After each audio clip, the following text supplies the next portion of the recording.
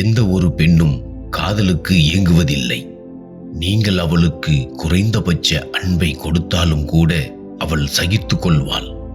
ஆனால் நீங்கள் அவளை மதிக்கவில்லை என்றால் அவள் மனதளவில் இறந்து விடுவாள். பின்னர் நீங்கள் லட்சம் முறை முயற்சி செய்தாலும் உங்களை அவள் தன் இதயத்தை அடைய அனுமதிக்க மாட்டாள்.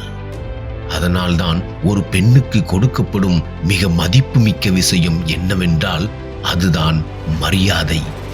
ஏனென்றால் ஒரு பெண் தான் நேசிப்பவரை மறந்துவிடலாம், ஆனால் தன்னை மதிப்பவரை தன் வாழ்நாள் முழுவதும் அவள் மறப்பதில்லை.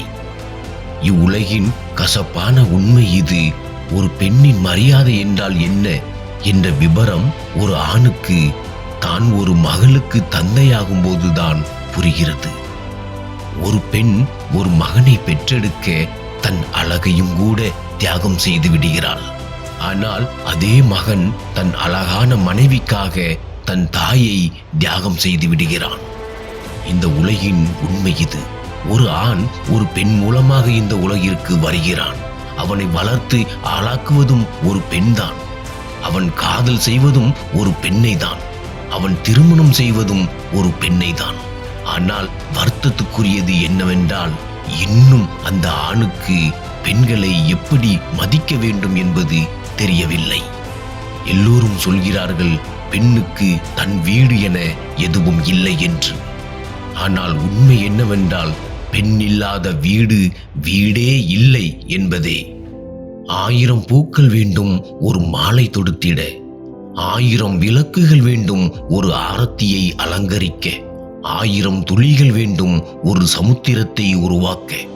ஆனால் ஒரு பெண் மட்டும் போதும் எந்த ஒரு வீட்டையும் சொர்க்கமாக மாற்ற. நண்பர்களே, இது வெறும் பேச்சு மட்டுமல்ல, இதுதான் வாழ்க்கையின் யதார்த்தம். ஒரு பெண்ணின் வாழ்க்கை போராட்டங்கள் நிறைந்தது. சில சமயங்களில் அவர்களுக்கு இப்படி தோணுவதுண்டு, பெண்ணாக இருப்பது ஒரு தண்டனை என்று. படிப்பறிவு இல்லை என்றால் முட்டாள் என்பார்கள். படித்து பட்டம் பெற்றால் படித்த திமிர் என்று சொல்வார்கள். எல்லோரிடமும் சிரித்து பழகினால் பாசாங்கு செய்பவள் என்பார்கள். யாரிடமும் பேசாமல் அமைதியாக இருந்தால் அகராதி பிடித்தவள் என்பார்கள். நண்பர்களே, இந்த சமுதாயம் இதை மட்டும்தான் கற்றுள்ளது, பெண்ணின் மானம் காக்க முக்காடு போட வேண்டும் என்பதை. ஆனால் சமூகம் அவளை இடித்து தள்ள தானே முன்னிற்பதை என்ன செய்வது? சொல்கிறீர்கள் நீங்கள் பெண்ணின் மானத்தை காக்கும் காவலன் என்று. உண்மை என்னவென்றால் நீங்களேதான் அதில் சேற்றை வாரி இறைக்கப் போகிறவர்கள். ஒரு பெண் உறவை பேண விரும்பினால் அவள் குடிசையில் கூட சந்தோஷமாக வாழ்கிறாள். ஆனால் அவள் உறவை பராமரிக்க விரும்பவில்லை என்றால் அவள் அரண்மனைகளை கூட நிராகரிக்கிறாள். அம்மா கட்டுப்பாடுகளை விதித்தார், அவளுக்கு அன்பு என்று பெயர் சூட்டினார்கள். அப்பா கண்டிப்புகளை விதித்தார், அவருக்கு மதிப்பு மிக்கவர் என்று பெயர் சூட்டினார்கள்.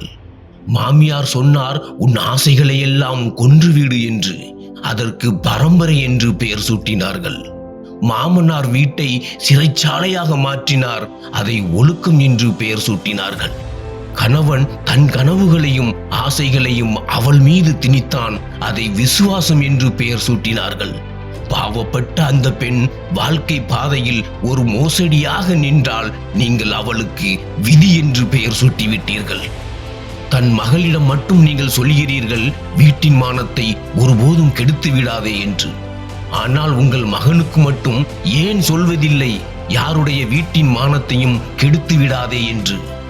நண்பர்களே, இந்த வீடியோ மூலம் இந்த ஒன்றை மட்டும் சொல்ல விரும்புகிறேன். எங்கே மரியாதை இல்லையோ அந்த இடத்துக்கு போகக்கூடாது. கேட்காதவனுக்கு புரிய வைக்க கூடாது. வாழ்க்கையில் பிரச்சனைகள் வந்தால் பயப்படக்கூடாது. மற்றும் ஒருபோதும் ஒரு பெண்ணை அடிமைப்படுத்தக்கூடாது. நண்பர்களே, இந்த வீடியோவில் கூறப்பட்டுள்ள வார்த்தைகளை நீங்கள் ஏற்றுக்கொண்டால் இந்த வீடியோவை எவ்வளவுக்கு முடியுமோ அவ்வளவு ஷேர் செய்யுங்கள். ஒருவேளை உங்களுடைய ஒரு ஷேர் யாராவது ஒருவரின் எண்ணத்தை மாற்ற உதவிடும். மீண்டும் உங்களை அடுத்த வீடியோவில் சந்திக்கிறேன். இது போன்ற உங்கள் வாழ்க்கையில் நேர்மறை ஆற்றலை நிரப்பி உங்களுக்கு ஒரு புதிய திசையை காண்பிக்கும் வழியாக. அதுவரை நல்வழியை தேடிக்கொண்டே இருங்கள். வழிமறக்க வழிதேடு காணொளி மூலம்.